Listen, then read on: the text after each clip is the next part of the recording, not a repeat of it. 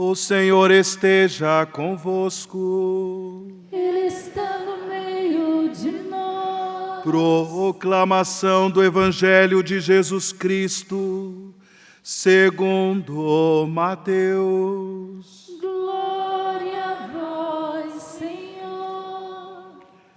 Naquele tempo, disse Jesus a seus discípulos esta parábola: o reino dos céus é como a história das 10 jovens que pegaram suas lâmpadas de óleo e saíram ao encontro do noivo. 5 delas eram imprevidentes e as outras 5 eram previdentes.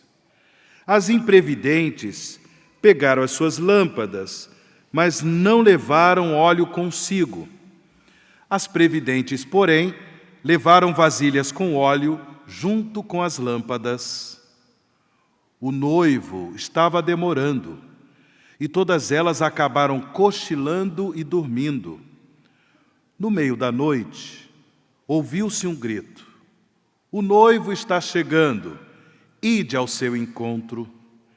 Então as 10 jovens se levantaram e prepararam as lâmpadas. As imprevidentes disseram às previdentes: dai-nos um pouco de óleo, porque nossas lâmpadas estão se apagando. As previdentes responderam: de modo nenhum, porque o óleo pode ser insuficiente para nós e para vós. É melhor irdes comprar dos vendedores. Enquanto elas foram comprar óleo, o noivo chegou. E as que estavam preparadas entraram com ele para a festa de casamento, e a porta se fechou. Por fim, chegaram também as outras jovens e disseram: Senhor, Senhor, abre-nos a porta. Ele, porém, respondeu: em verdade eu vos digo, não vos conheço. Portanto, ficai vigiando, pois não sabeis qual será o dia nem a hora. Palavra da salvação. Glória a vós, Senhor.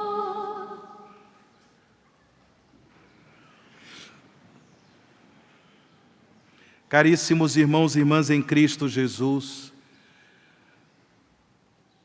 nós estamos nos aproximando, do ponto de vista do ano litúrgico, do final deste ano. Daqui a poucas semanas, nós iremos iniciar um novo ano litúrgico, através do tempo litúrgico do Advento. E por isso, a liturgia da palavra, neste finalzinho do ano litúrgico, nos recorda que também Deus tem o seu tempo. Deus tem o seu tempo. E de acordo com o tempo de Deus, um dia, nosso Senhor e Salvador Jesus Cristo virá em glória e será o fim dos tempos, que não significa fim do mundo, que não significa a destruição de todas as coisas, como alguns pensam. Não. O fim dos tempos será o momento em que todas as coisas serão transformadas em Cristo. No fim dos tempos, Deus será tudo em todos. Por ocasião da vinda gloriosa de Jesus, se cumprirá a promessa de Deus: céus novos e terra nova. É por isso que nós, como igreja, como esposa de Cristo, como quem dia após dia suplica: Maranatá, vem Senhor Jesus, nós como igreja devemos vigiar. Particularmente no tempo litúrgico do Advento, a palavra vigilância será uma palavra forte, muito presente, justamente porque devemos nos preparar. Ninguém sabe quando acontecerá o dia glorioso do Senhor. Ninguém sabe. O próprio Jesus, como nós ouvimos no Evangelho, conta para os seus discípulos e, portanto, conta para nós esta parábola escatológica, ou seja, esta parábola que diz respeito ao fim dos tempos. E para que ele conta? Para que nós tenhamos a atitude de pessoas que vigiam, de pessoas que no dia a dia se preparam para o dia glorioso do Senhor. Vigilância é a atitude que deve ter a igreja. Vigilância é a atitude que deve ter aqueles, que devem ter aqueles que são discípulos e discípulas de Jesus. É necessário vigiar. Vigiar é buscar o Senhor. E é interessante percebermos na liturgia da palavra deste 32º domingo do tempo comum, que nós temos, na primeira leitura, um trecho do livro da sabedoria, esse livro lá do Antigo Testamento, onde o autor do livro da sabedoria deixa bem claro que a sabedoria ama aqueles que a buscam. A sabedoria, sem dúvida alguma, é dom de Deus. Pela graça do batismo, pela graça do sacramento do Santo Crisma, nós recebemos os dons do Espírito Santo, não é verdade? Sim ou não?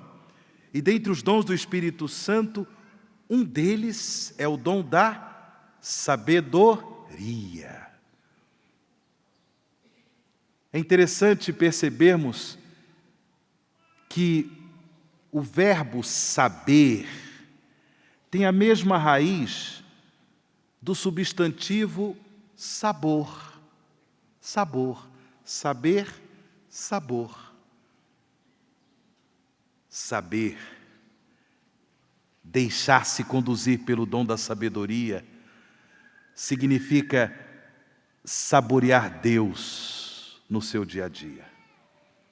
Ter gosto pelas coisas de Deus. É uma questão de sabedoria cristã, irmãos e irmãs. É uma questão de sabedoria cristã, vigiar.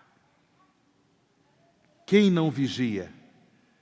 Quem não tem no seu dia a dia atitude de vigilância, é porque não busca Deus, é porque não gosta de Deus.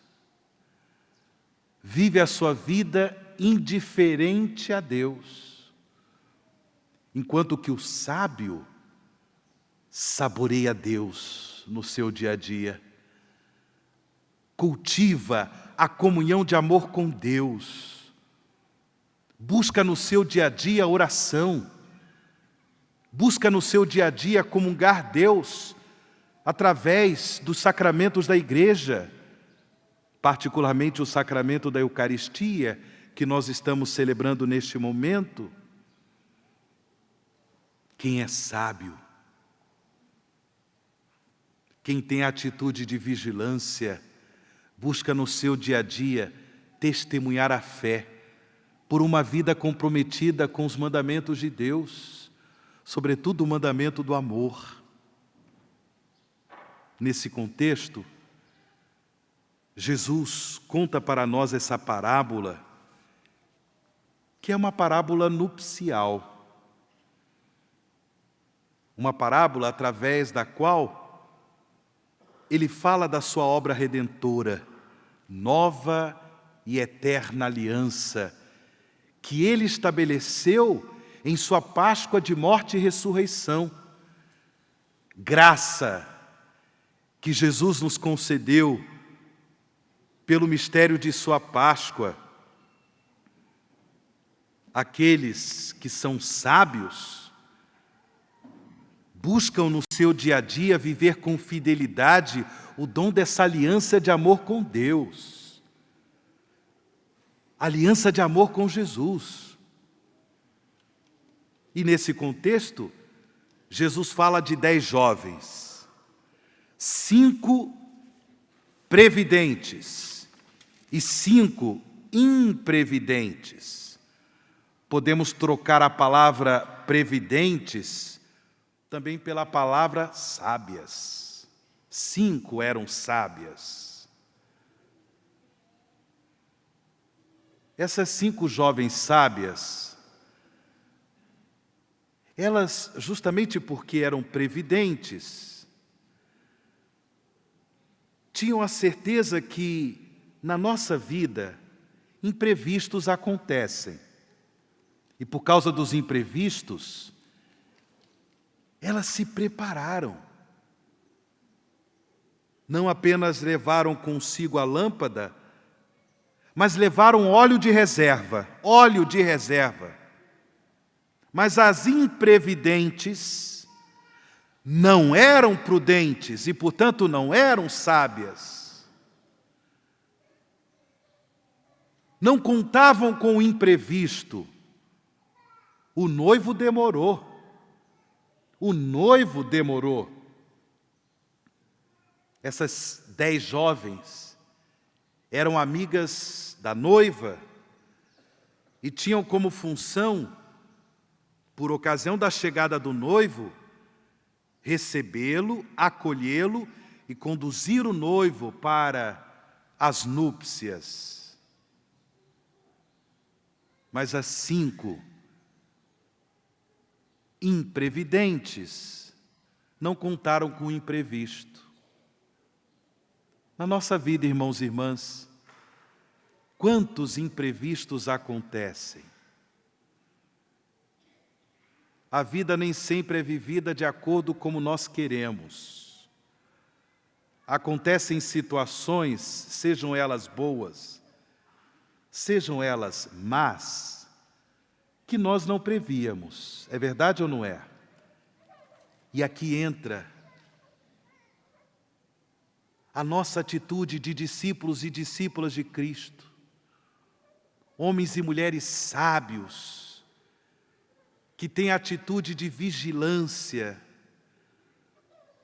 não sabem quando acontecerá o dia do Senhor, mas estão preparados por uma vida comprometida com Deus, saboreando Deus no seu dia a dia, se interessando pelas coisas de Deus, em meio à lida do trabalho, da vida familiar, dos compromissos comunitários, dos compromissos sociais, em meio à lida do dia a dia, buscam Deus, colocam Deus em primeiro lugar. Pessoas sábias, pessoas orantes, pessoas que não vivem a vida de forma superficial, sabem lidar com os imprevistos, como homens e mulheres de Deus, e não como pessoas quaisquer, porque vigiam. É a graça, irmãos e irmãs, que nós pedimos ao Senhor neste domingo, a graça de sermos sábios, pessoas que vigiam, pessoas que se preparam para o dia glorioso do Senhor, por uma vida comprometida com Deus, por uma vida comprometida com o testemunho da fé. Não são pessoas que vivem superficialmente a vida. Mesmo diante dos imprevistos, perseveram em Deus, perseveram na oração, perseveram no compromisso com a igreja. São as graças que nós pedimos a nosso Senhor. Quando o noivo chegou, aquelas 5 jovens imprevidentes tiveram que ir comprar óleo. A gente pensa assim, mas aquelas 5 previdentes, as 5 sábias, que tinham óleo de reserva, não podiam compartilhar aquele óleo, não podiam ser solidárias com as jovens imprevidentes? Olha, tem coisas na vida que nós não conseguimos passar para os outros. A vocação à santidade, ela é pessoal. Eu posso, de alguma forma, contribuir com a sua resposta positiva ao chamado de Deus à santidade. Você pode, de alguma forma, contribuir com o chamado que Deus faz a mim à santidade. Mas a santidade é pessoal. Eu não posso transferir para você, você não pode transferir para mim. Cada um deve responder de forma pessoal ao chamado de Deus à santidade. A porta se fechou. Elas bateram na porta depois, Senhor, Senhor, abre-nos a porta. E eu me recordei de um ensinamento de Jesus, do Evangelho de São Mateus, capítulo 7, versículo 21. Nem todo o que me diz Senhor, Senhor, entrará no reino dos céus. A vida cristã se vive de verdade, não de forma superficial. Quem vive a vida cristã de forma superficial corre o risco de ficar fora. Não é porque Deus exclua, é porque você não fez questão de viver para Deus. A hora de nós tomarmos uma decisão por Deus é agora, porque daqui a pouco pode ser tarde demais. O que você escolhe? Como você quer viver o seu dia a dia? Como você quer lidar com os imprevistos da vida? Comprometido, comprometida com Deus ou de forma superficial? A decisão é minha, a decisão é sua. Que Deus tenha piedade daqueles que não estão se preparando. E que nós, como discípulos e discípulas de Jesus, possamos viver a nossa vida iluminados, ungidos pelo óleo do Espírito, que o óleo seja abundante, de modo que possamos de alguma forma contribuir para que outras e outras pessoas se preparem para o dia glorioso do Senhor.